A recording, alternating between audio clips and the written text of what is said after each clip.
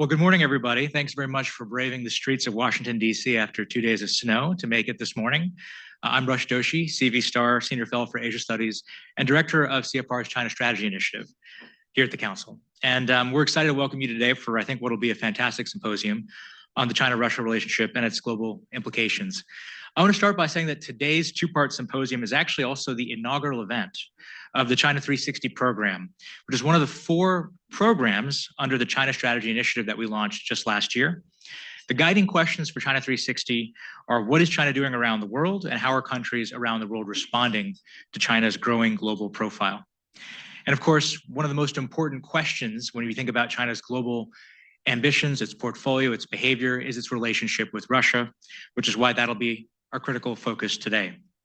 We've convened to discuss an important, really signature special report, Council special report by Ambassador Bob Blackwell and Richard Fontaine.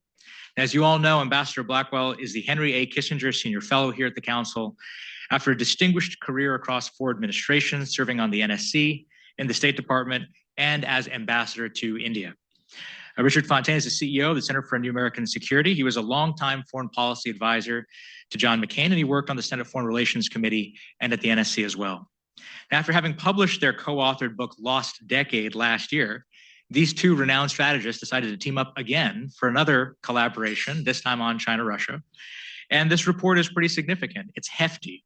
It has 226 footnotes, and that length of footnote is sort of a signature, I think, of any collaboration involving Ambassador Blackwell. So definitely do look at the footnotes. A lot of time went into them. A lot of RAs spent time making them just right.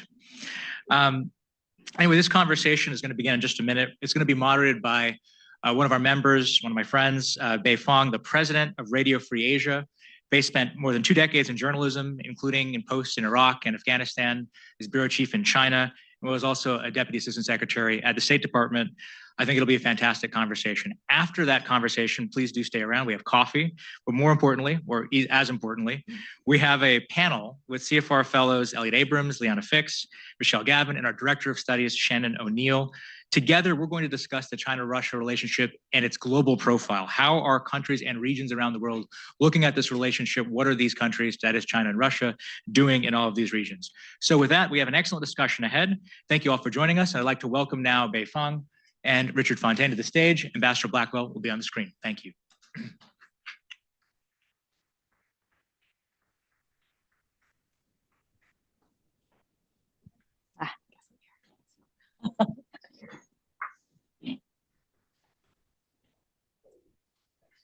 All right, thank you all for joining us today. This will be a really interesting conversation. I have the pleasure of moderating this opening keynote session entitled No Limits, the China-Russia Relationship in U.S. Foreign Policy, with my good friend Richard Fontaine here in the room and Ambassador Bob Blackwell on our screen.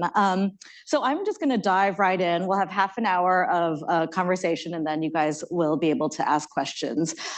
So I wanted to start actually with Ambassador Blackwell. If you could just lay out for us how you guys decided to write this report. Thank you, Bei, and good to see all of you, if only remotely. Richard and I, in the summer of 2003, were hard at work on our book on the pivot, and realized that an important subject, which we would not have time to address in the book, was the one which is the subject of our discussion today.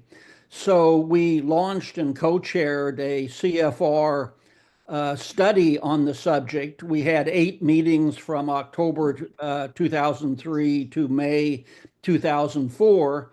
And as soon as the book was published in June, we went to work on the writing of this report, although we and our terrific research associates at CNAS and CFR had been working on research.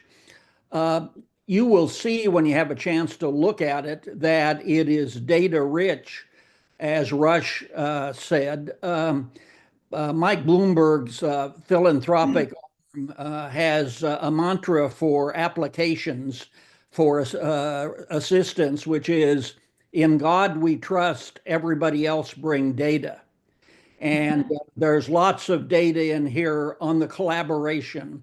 We try not to discuss what China and Russia are doing unilaterally with respect to the United States and world order, but what they're doing together. And we did try to vacuum what is available in the public domain on this subject.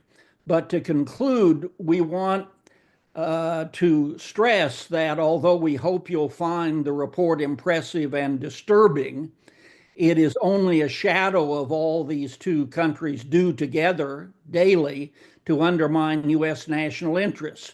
They can keep secrets.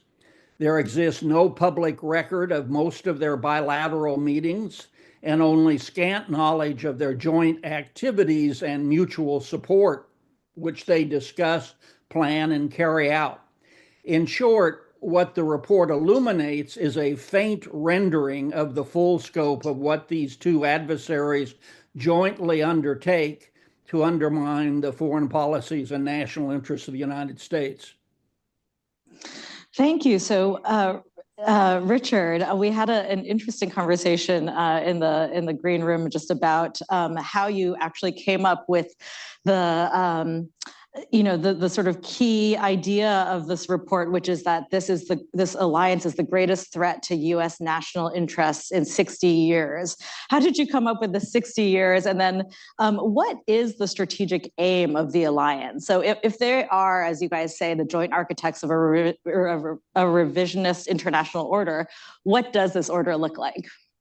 Yeah, so I think one could always offer various instances from history about what has been most dangerous. Certainly the Cuban Missile Crisis, which was about 60 years ago, was a particularly dangerous time.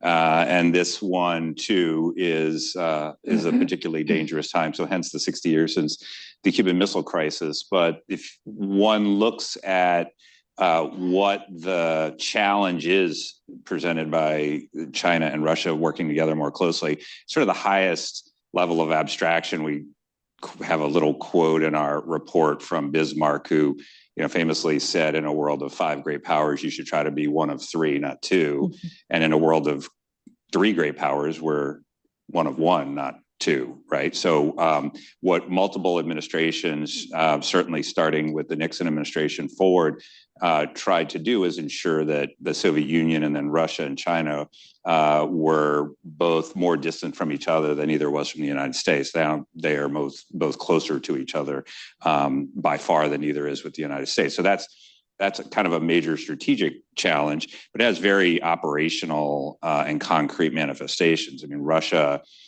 is more dangerous to U.S. interests in some of the things that we're trying to accomplish in the world because of its closeness to China. Russia would not be able to conduct the war in Ukraine the way it is without Chinese material support for that war.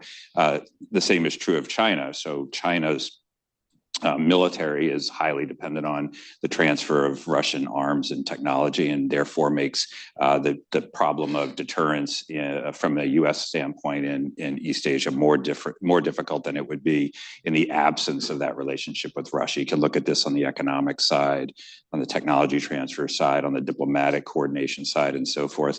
And then, the fact that these two are working together and are really glued together by a shared opposition to what they believe is an anachronistic, unfairly Western and US-dominated international order that does not accord for them the space and the status and the influence that they believe they deserve by virtue of their history and their civilization and their interests and their geography and their weight and their power, means that there are now alternatives they're trying to put on offer, not just for Russia and China itself, but of course also for Iran and North Korea and other rejectionist powers that would be much more isolated in a world where Russia and China were not working together as closely and trying to articulate alternatives to the current international order.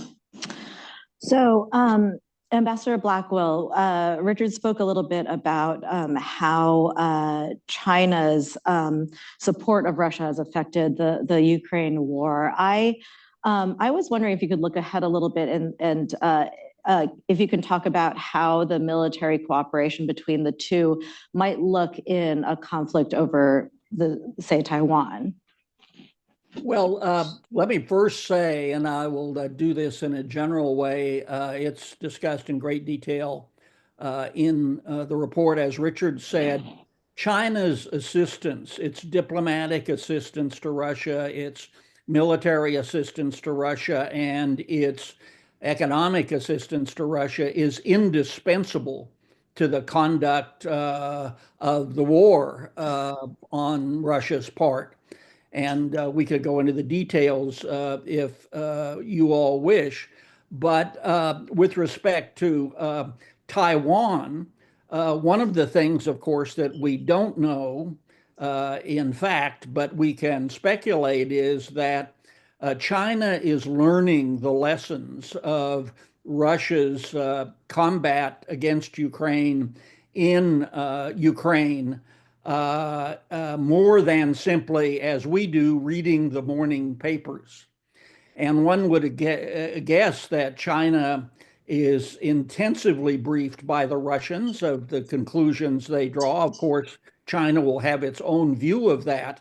But the battlefield experience that the Russian armed forces have had, especially from the Syrian civil war onward, is indispensable to an army, a military force, which has not fought in decades.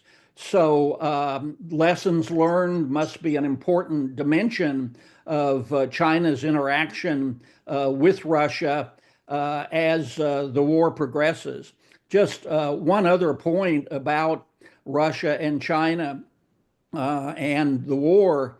It's striking to us that despite the fact that China has paid a price in Europe, obviously, for the war and China's support of Russia, despite that, Beijing's support of Russia and the war is increasing, not decreasing, despite Europe's penalties, which is now exacting on European-China relations. So you think that their influence will be in sort of the lessons learned, as well as sort of support militarily? Is that in the game? Well, this is a broader question and a good one, which is, if the United States and China go to war over the Taiwan Straits, for example, and that's obviously the most likely contingency, it seems unlikely that Russia and Iran and North Korea will sit on the sidelines and say, well, let's see how this turns out. We're not involved.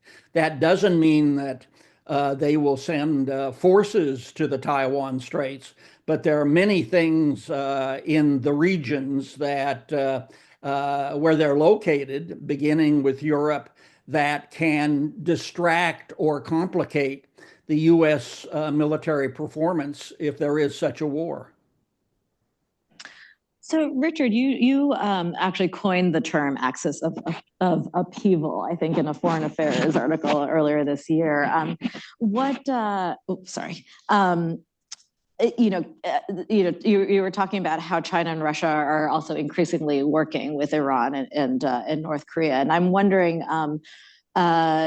if you can just tell us more about this cooperation. Sure. So my colleague at CMES, Andrea Kendall-Taylor, and I wrote a long piece for Foreign Affairs that tried to look in some granular detail at this emerging set of relationships among Russia, China, North Korea, and Iran. I mean, even since we wrote that article, and certainly since we started writing that article, we've seen this increase in pretty dramatic ways. I mean, I think if a year ago, most people had said, well, in 2024, you will have thousands of North Koreans fighting in Europe on Russia's behalf against Ukraine, people would have thought, well, that's an unusual prediction, but here we are.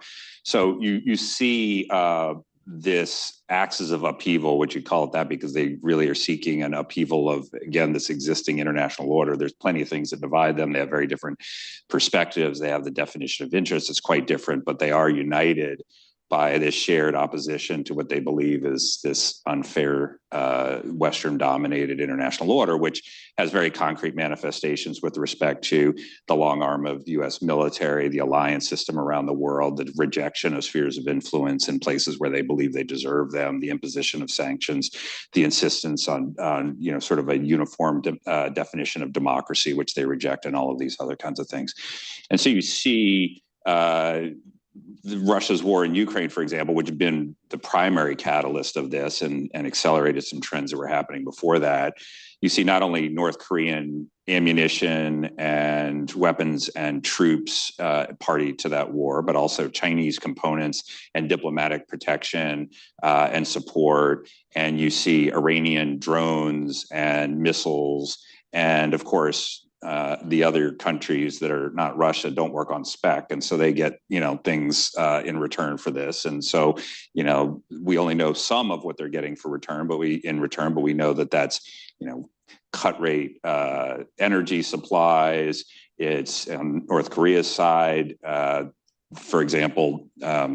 North Korea is having its assets in Russian banks that were frozen under UN Security Council resolution direction being unfrozen, sort of diplomatic lifeline being thrown to the North Koreans, where previously China had the prerogative there. And so you see each of these countries becoming potentially more dangerous than they would be on their own because of the support they can rely on from the other members. Mm-hmm. And then again, in this broader sense, you see a place for other sort of rejectionist countries to defect to. So if you don't like the way the world is ordered now, for many years, you could sort of shake your fist at the world or, become something of a rogue state, but there wasn't this sort of viable alternative to it. And now these four countries plus others are trying to construct what they believe to be a viable alternative to it. And that's one to which other dissatisfied countries could add weight. Yeah, that's really interesting. Ambassador Blackwell, can you speak more about the alliance on the economic front and what the implications are for U.S. policy interests there? Well, the economic assistance that China is giving Russia has had a major part in Russia being able to manage, of course, with difficulties, the many Western sanctions that have been applied from the beginning of the war. And just to give you an example, in the first year of the war, China provided Russia with about 40% of its total imports. In a year and a half, that doubled. Many of the consumer goods that Russia would not get otherwise, for example, automobiles, telephones, and so forth, are now being supplied by China. By the end of 2023, China had become the largest importer of Russian crude oil at, of course, discounted prices at 2.3 million barrels per day, up from 1.6 million barrels just 2 years earlier. And so this is, of course, in this context, we're now discussing it, of great assistance to Russia. But the discounted oil, of course, is also of considerable benefit to China as it struggles with its current economic difficulties. Can we talk about you guys' policy prescriptions? Richard, if you could start us off, what should the U.S. and its allies do to counter this axis?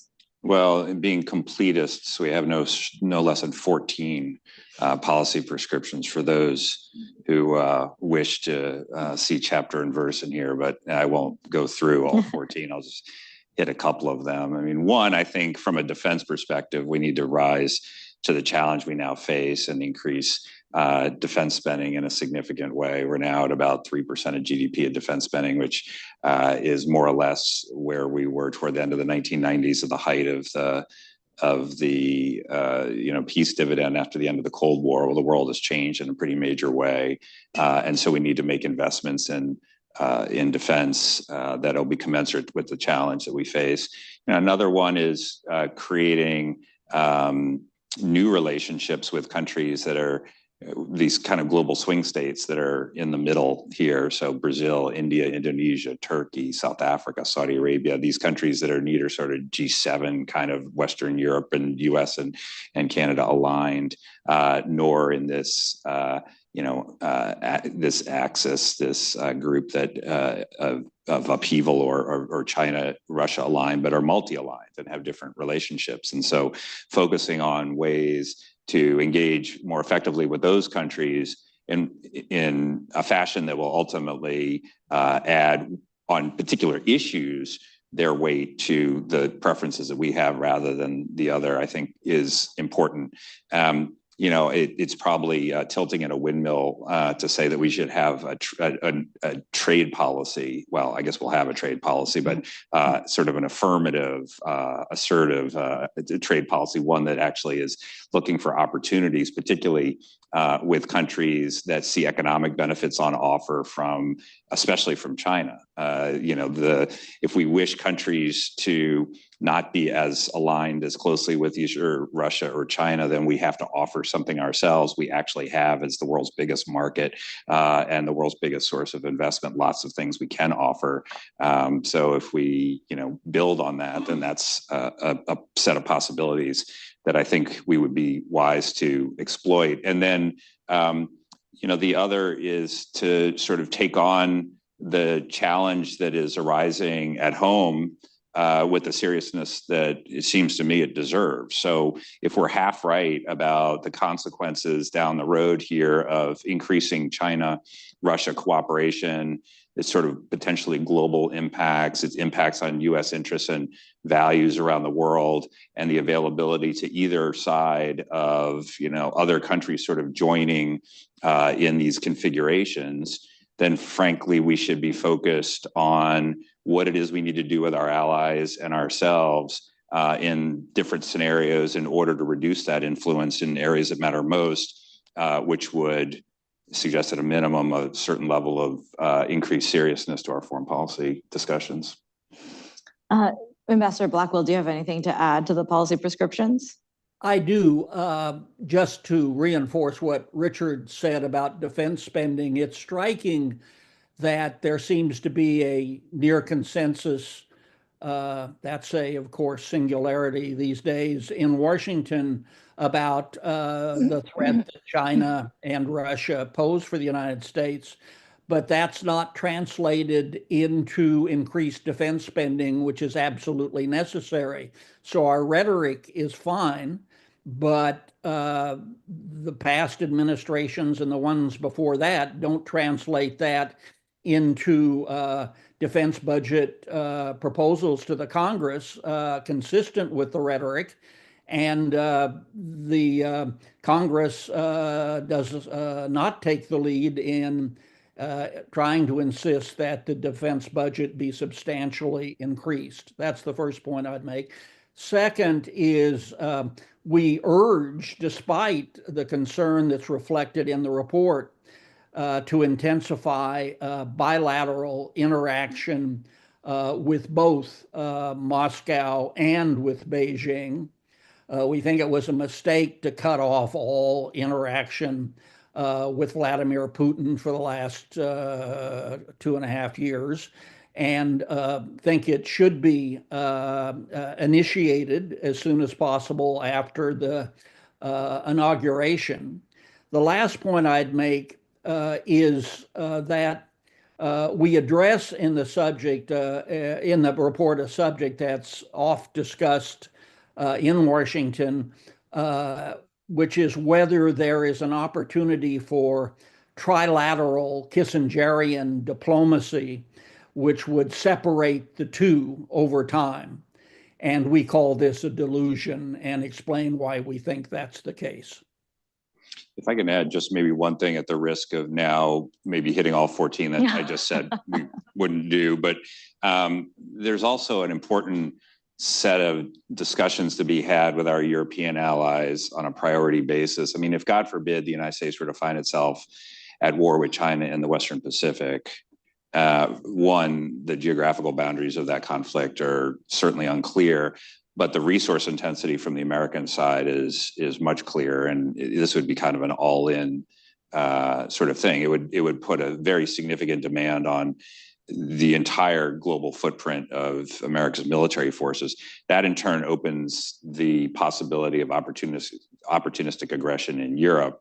And so the kind of conversations we need to be having with our European allies is, if we imagine that kind of nightmare scenario, what are the kind of capabilities that Europe should be investing in now, so as to deter war in that circumstance, so that, you know, the nightmare scenario doesn't become a double nightmare scenario. So that's one. And then just lastly, to pick up just for a second on Bob's point about wedge driving, as you know, you will sometimes, you know, see think pieces or ideas, you know, we can sort of, you know, cut this deal and we'll flip China and together we'll take on Russia, or we'll flip. Not many people talk anymore about a reverse Kissinger and flipping Russia and taking on China, but you still hear about these things, or more modest things, right? Well, Russia and China have this sort of competitive spirit in Central Asia, where they both have historic, you know, claims to influence, and maybe we can sort of dial that up somehow. Or, you know, North Korea is a potential wedge now that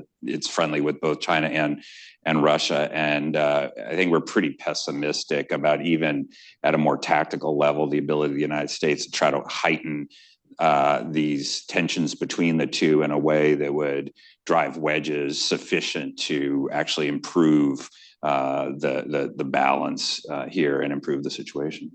Can I just take my moderator's prerogative with my Radio Free Asia hat on to add a 15th policy prescription, which is, you know, there is also so much insidious cooperation and mutual reinforcement on the disinformation front between China and Russia. And I think it is really important for us to push back on that and to put some resources towards it. So yeah, that's actually one of the 14. So you'll be very happy to happy to see that whole thing on public. I did read the whole thing. Completists, but yes, you're absolutely right. Okay. So. Thank you very much. So at this time, I'd like to invite CFR members to join our conversation with questions. A reminder that this meeting is on the record. Please go ahead. And please identify yourself, please. Thank you very much. Guillermo Christensen, I'm a partner at K&L Gates law firm, and former CIA, was a fellow here at the council. So a quick observation to your first question and the way and the information that we got.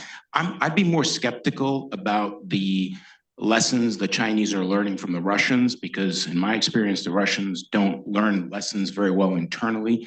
Their paranoia, their secrecy. And it would be interesting to know just how much they're sharing with the Chinese, especially given the lack of battlefield success they've had in many areas. Conversely, on the US side and the Europeans, this is a startup war, and it's incredible to see how many small US businesses are deeply ingrained in the Ukrainian defense sector right now, teaching and learning. So it's an interesting topic and perhaps something you can look at. My question is directed to Ambassador Blackwell. The one country we didn't touch on yet that I'd be very curious about is the perspective from New Delhi. So this presents this relationship between China and Russia, and the conflict with the United States presents India with some very interesting challenges and opportunities, which they've spent the last 70 years trying to navigate in a non-aligned perspective. But right now it's both more interesting and more challenging. I'd be curious about where you see New Delhi and what it's trying to do vis-a-vis China, Russia, and then balancing with the US. Thank you. A good question, and one that is worthy of a prolonged discussion, but let me just be epigrammatic here. Of course, now India tries to profit from its, in material terms too, from its relationship with both Washington and with Moscow, and that isn't going to change just to remind, the Soviet Union was India's closest partner and supporter throughout the Cold War. And unlike Americans, Indians have very long memories. Moreover, they're highly dependent on the Russians for spare parts for their military. With respect to China, I have perhaps a somewhat heretical view of this. I think that there's some evidence that India, which came in a decade ago full bore in the US-India relationship, more than a decade ago, I think is now beginning to ask itself, did we make a good bet on the Americans? For reasons having to do with our faltering foreign policy in the last 10 to 15 years and all the mistakes we've made, but also because they ask, especially in the military balance, and China, of course, has had an enormous impact on that in East Asia to America's disadvantage. Will the Americans, in fact, do the necessary to balance Chinese power? And I think that's the overall strategic context of the recent quasi-agreement on borders, which is more ephemeral than perhaps it's sometimes portrayed, but is a step forward in the bilateral relationship. So I think they're watching very closely what this new administration will do with respect to ensuring that the U.S. is up to the long-term China challenge, and they're not sure.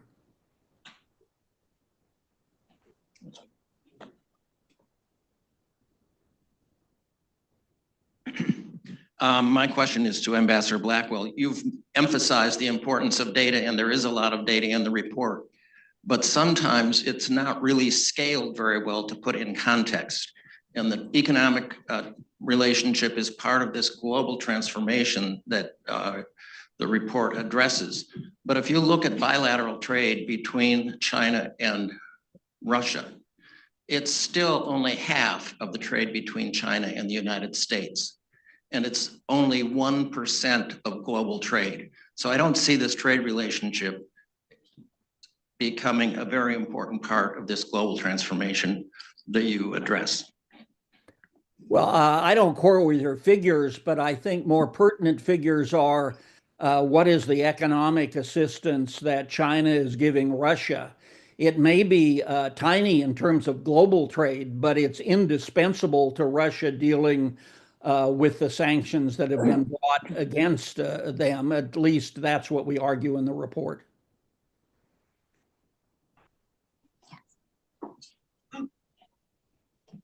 Mark Kennedy, Wilson Center.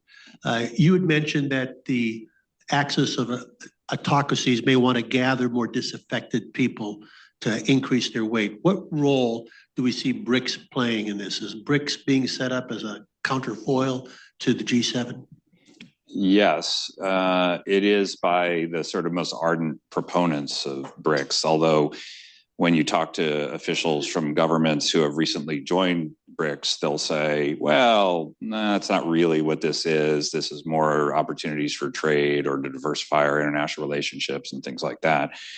But if you look at certainly China and Russia's and Iran's interest in these things, to have a visible quasi-viable alternative structure and set of preferences and priorities to point to is important now in this kind of battle of narratives. And so they're making a lot about BRICS diplomacy and to show, for example, that, you know, you thought Russia was isolated. Well, Russia's not as isolated as you would have thought. You would have thought that the G7 sort of tells the world what things are going to look like. Well, that's a minority of the world's population, and look at our combined economic weight and things like that. So, you know, the specifics and the concrete aspects of that are still not quite there. I mean, what is the positive agenda of the BRICS? I mean, you can find something in BRICS Development Bank, and you know, they don't like, you know, dollar domination of the financial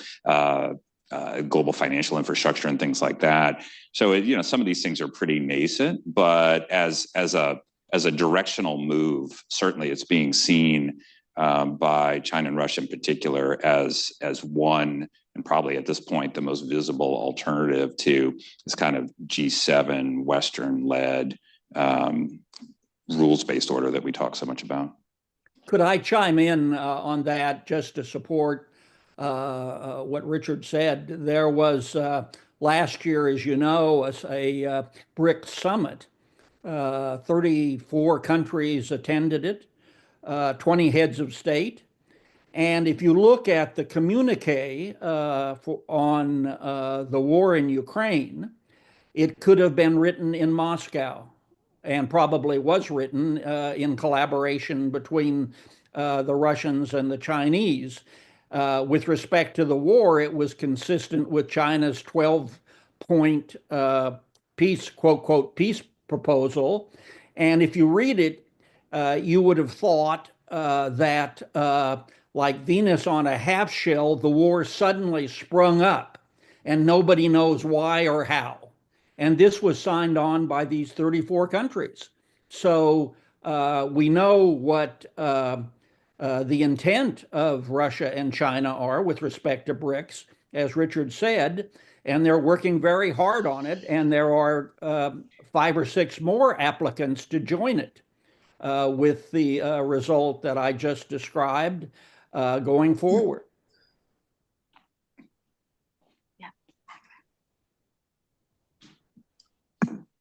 Thank you. Good morning, Paul Saunders with the Center for the National Interest. I look forward very much to reading the report.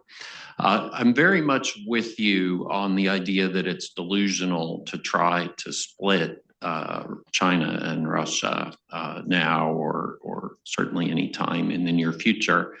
At the same time, it seems to me that that relationship is going to evolve over time. And as a non-economist, I guess I see Russia with sort of a limited stock of technology that it can provide to China. I see China in a position moving forward to generate a lot more new technology than Russia will be able to generate.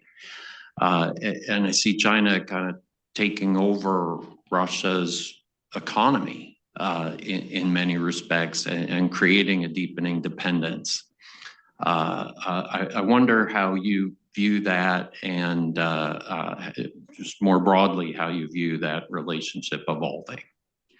Yeah, I think that, well, I mean, if you look at the percentage of trade, for example, that Russia conducts pre-war with China and with the rest of the world pre-war, pre-invasion of Ukraine and after, dramatic difference, right? And things like that.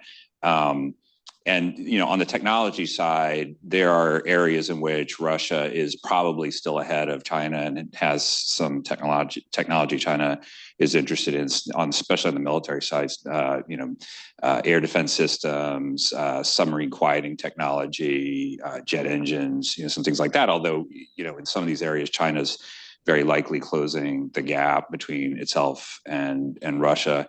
But even if you imagine all of the technology that China might want gets transferred to China, if the question then is sort of what is the value proposition for China of being in this relationship with Russia, there are things that go beyond just adding up the numbers of the economic relationship or who's dominated by who. So, for example, China has a strong interest in having its flow of hydrocarbons come over land through Russia as opposed to by sea from the Middle East, where they're potentially vulnerable to the US Navy if they ever got in a conflict. So you can look at the absolute numbers, but that's a qualitative difference that is in the interest of both countries, Russia to sell and China to buy.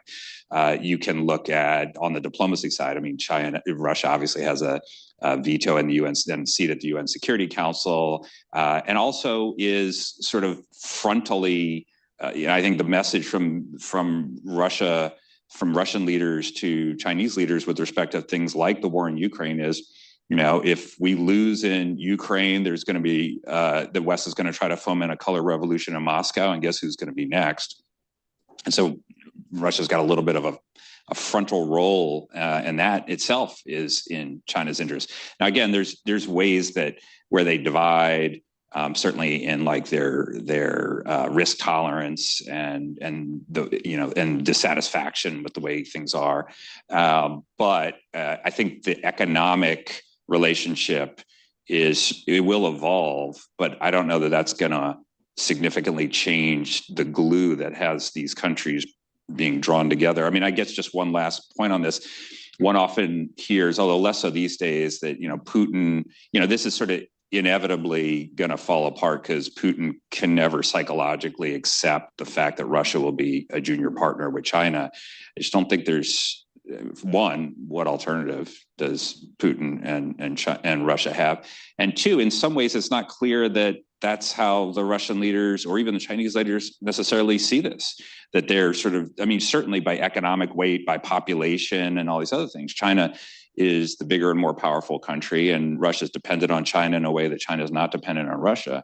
But again, given this sort of frontal role, who is sort of standing up for this alternative vision and pushing back most vigorously against the West? It's Russia, not China. And so in that respect, it's not clear to me that they see themselves as just sort of, well, we're junior partners, and at some point Russian greatness won't allow us to sustain that posture. Thanks. We have a question coming in from a member online. We'll take the next question from Robert Hormats.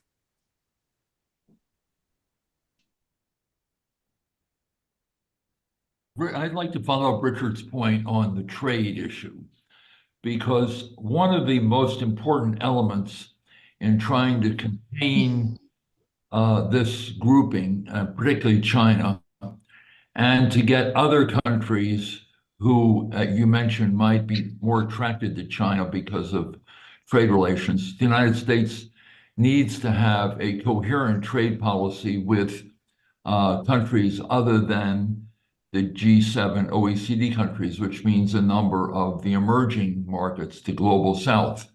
The problem is that in this administration, which you would have thought might have been inclined in that direction, it has been the opposite. And they, like the previous administration, opted out of TPP. And there has really, as the Chinese and others have developed closer trade ties, not just through Belt and Road, but through various other trade groupings, they have also used those for strategic collaboration as well. The problem in the United States is, A, we haven't done that in the last 8 years, and B, the general political environment in this country simply doesn't understand, is very negative on any trade deals at all, it appears, but has never really been educated to the point that you've made, that if you want to have a strong system of alliances and give other countries alternatives to dealing with China or other countries, you need to have some glue holding them together with the United States and others, and that is largely in the area of trade. So my question really is not just saying that we need more and closer trade ties, but trying to make an educational case to the American people that these are not just of economic importance, but are of strategic importance. And that lesson seems to be totally lost in Washington. And there seems to be virtually no one of any stature in Washington who makes that geoeconomic, geostrategic link and argues that trade is going to be important if you want to have a coherent strategy to contain what we're seeing between China, Russia, and other countries. Yeah, I really agree with what you're saying, with one potential caveat, which is I think sometimes those of us who see the strategic link with trade agreements overdo the strategic part, and that ends up leading more casual observers to believe that the US needs to take an economic hit in order to contain China or something like that. I mean, in 2016, most of the arguments back when it looked like TPP might have a shot of getting through the Congress made for TPP were not made on economic grounds. They were made on grounds that, if we don't set the rules, China will set the rules.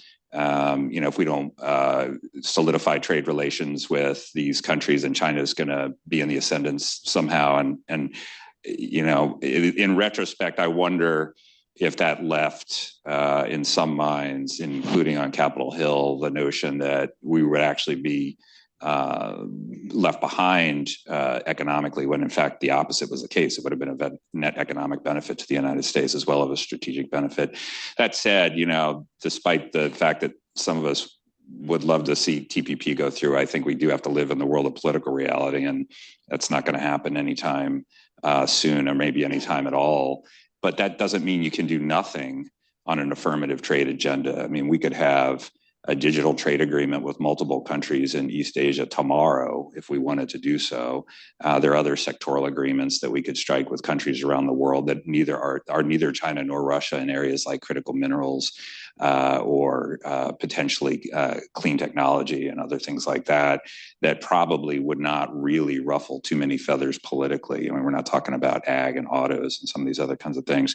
So to do something would be nice. Yet we'll see what happens with tariffs and everything else on day one of the new administration. Thank you so much, Richard and Ambassador Blackwell. Thank you all for joining this meeting. And I hope you can all stay and join us for our plenary discussion at 10:30 on global perspectives of the China-Russia relationship.